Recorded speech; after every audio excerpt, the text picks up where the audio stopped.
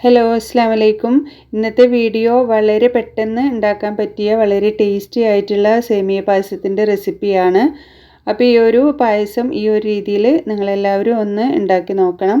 കൂടെ എൻ്റെ ചാനൽ ആദ്യമായിട്ട് കാണുന്നവരുണ്ടെങ്കിൽ ഒന്ന് സബ്സ്ക്രൈബ് ചെയ്ത് സപ്പോർട്ട് ചെയ്യുക. അപ്പോൾ ഞാനിവിടെ വറുക്കാത്ത സേമിയാണ് എടുത്തിട്ടുള്ളത്. അപ്പോൾ എനിക്ക് വറുത്ത സേമിയനേക്കാളും വറുക്കാത്ത സേമിയായിട്ട് ഉണ്ടാക്കുമ്പോൾ പായസത്തിന് കുറച്ചും കൂടി ടേസ്റ്റ് തോന്നാറുണ്ട്.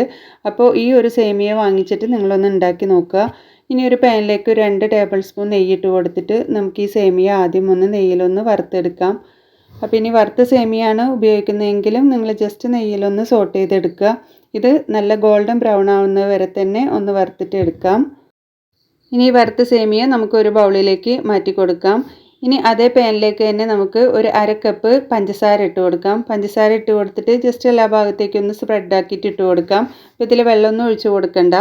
അപ്പോൾ ഇനി ഒരു മീഡിയം ഫ്ലെയിമിൽ തീ വെച്ച് കൊടുത്ത് കഴിഞ്ഞിട്ട് ഇത് കാരമലൈസ് ചെയ്തെടുക്കാം. അപ്പോൾ ഇത് നല്ലോണം കാരമലായി കഴിഞ്ഞാൽ നമുക്കിതിലേക്ക് പാല് ചേർത്ത് കൊടുക്കാം. അപ്പോൾ ഇത്രയും കളറാവുന്നത് വരെ നമ്മളിതൊന്ന് കാരമലൈസ് ചെയ്തെടുക്കുക.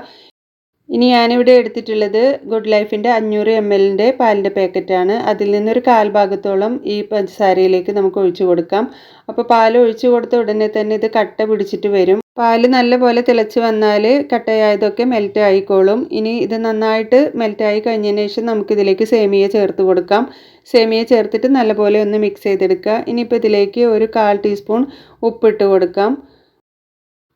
അപ്പോൾ ഉപ്പ് നമ്മൾ ചേർത്ത് കൊടുക്കുന്നത് മധുരമൊക്കെ ഒന്ന് ബാലൻസ് ആവാനും പിന്നെ പായസത്തിന് ഒന്നുകൂടി ടേസ്റ്റ് കിട്ടാനും കൂടി വേണ്ടിയിട്ടാണ്. അപ്പോൾ ഉപ്പ് എന്തായാലും ഇട്ട് കൊടുക്കുക. ഇനി ഇത് അടച്ച് വെച്ചിട്ട് ചെറിയ തീയിലാക്കിയിട്ട് നമുക്കിതൊന്ന് വേവിച്ചെടുക്കാം. അപ്പോൾ ഇവിടെ പാല് നല്ലപോലെ വറ്റിയിട്ടുണ്ട്.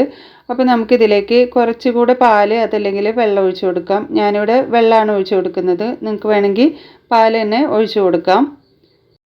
ഇപ്പം ഞാനിവിടെ എടുത്തിട്ടുള്ളത് ആ സേമിയയുടെ പാക്കറ്റിലെ പകുതി സേമിയയാണ്. ഫുള്ള് ഞാൻ എടുത്തിട്ടില്ല. അപ്പോൾ നിങ്ങൾ ഫുള്ള് പാക്കറ്റ് യൂസ് ചെയ്യുകയാണെങ്കിൽ നിങ്ങൾ 1 ലിറ്റർ പാൽ എടുക്കുക. ഇപ്പോൾ സേമിയ ഇവിടെ നന്നായിട്ട് വെന്തിട്ടുണ്ട്. അപ്പോൾ ഈ ഒരു സമയത്ത് നമുക്കിതിലേക്ക് ബാക്കി പാലും കൂടെ ഒഴിച്ചു കൊടുക്കാം. അപ്പോൾ ഇനി പാൽ മുഴുവനായിട്ട് തന്നെ ഇതിലേക്ക് ഒഴിച്ചു കൊടുക്കാം. അപ്പോൾ 500 ml ഒരു പാക്കറ്റ് പാൽ മുഴുവൻ തന്നെ ഇതിലേക്ക് യൂസ് ചെയ്തിട്ടുണ്ട്. ഇനി ഇതിലേക്ക് 1/2 ടീസ്പൂൺ ഏലക്കായ പൊടി കൂടെ ഇട്ട് കൊടുക്കാം. അപ്പോൾ ഞാൻ ഈ ഏലക്കായ പൊടി പഞ്ചസാര കൂടെ ചേർത്തിട്ട് പൊടിച്ചെടുത്തതാണ്. അപ്പോൾ ഇനി ഇതൊന്ന് അടച്ച് വെച്ചിട്ട് ഒന്ന് തിളക്കാനായിട്ട് വെയിറ്റ് ചെയ്യാം. തിളച്ച് വരുമ്പോൾ നമുക്ക് ഫ്ലെയിം ഓഫ് ചെയ്യാം. ഞാനിവിടെ സേമിയ ഇത്തിരി കട്ടിയിലാണ് ഉണ്ടാക്കിയിട്ടുള്ളത്. നിങ്ങൾക്കിത് അയവ് വേണമെന്നുണ്ടെങ്കിൽ കുറച്ചുകൂടെ പാലൊഴിച്ചിട്ട് ഒന്ന് ലൂസാക്കി എടുത്താൽ മതി. ഇനി ഒരു പാനിലേക്ക് 1 ടേബിൾ സ്പൂൺ നെയ്യ് ഇട്ടിട്ട് അതിലേക്ക് ഞാൻ ഇത്തിരി കിസ്മിസാണ് ഇട്ട് കൊടുക്കുന്നത്. അപ്പോൾ ഞാൻ എൻ്റെ കയ്യിൽ അണ്ടിപ്പരിപ്പ് ഇല്ലാത്തതുകൊണ്ടാണ് ഞാൻ മുന്തിരി മാത്രം ചേർത്തത്. നിങ്ങളുടെ കയ്യിൽ അണ്ടിപ്പരിപ്പ് ഉണ്ടെങ്കിൽ അതും കൂടെ ഇതിലേക്ക് ഇട്ട് കൊടുക്കുക. അപ്പോൾ അണ്ടിപ്പരിപ്പും മുന്തിരിയൊക്കെ ചേർത്തിട്ട് ഈ പായസത്തിലേക്ക് ഒഴിച്ചു കൊടുക്കുക. അപ്പോൾ കാരമലൈസ് ചെയ്തെടുത്ത സേമിയ പായസം നല്ല ടേസ്റ്റാണ് കഴിക്കാനായിട്ട്. അപ്പോൾ ഈ ഒരു രീതിയിൽ ഇതുവരെ ട്രൈ ചെയ്യാത്തവരുണ്ടെങ്കിൽ ഒന്ന് ട്രൈ ചെയ്ത് നോക്കുക. കൂടെ ആദ്യമായിട്ട് എൻ്റെ ചാനൽ കാണുന്നവരുണ്ടെങ്കിൽ ഒന്ന് സബ്സ്ക്രൈബ് ചെയ്ത് സപ്പോർട്ട് ചെയ്യുക. അപ്പോൾ ഈ ഒരു പായസം എല്ലാവരും ഒന്ന് ട്രൈ ചെയ്യുക. കൂടെ ലൈക്കും കമൻറ്റും ഷെയറൊക്കെ ഒന്ന് ചെയ്യുക. ഇനി അടുത്ത വീഡിയോയിൽ കാണാം. Bye bye. താങ്ക്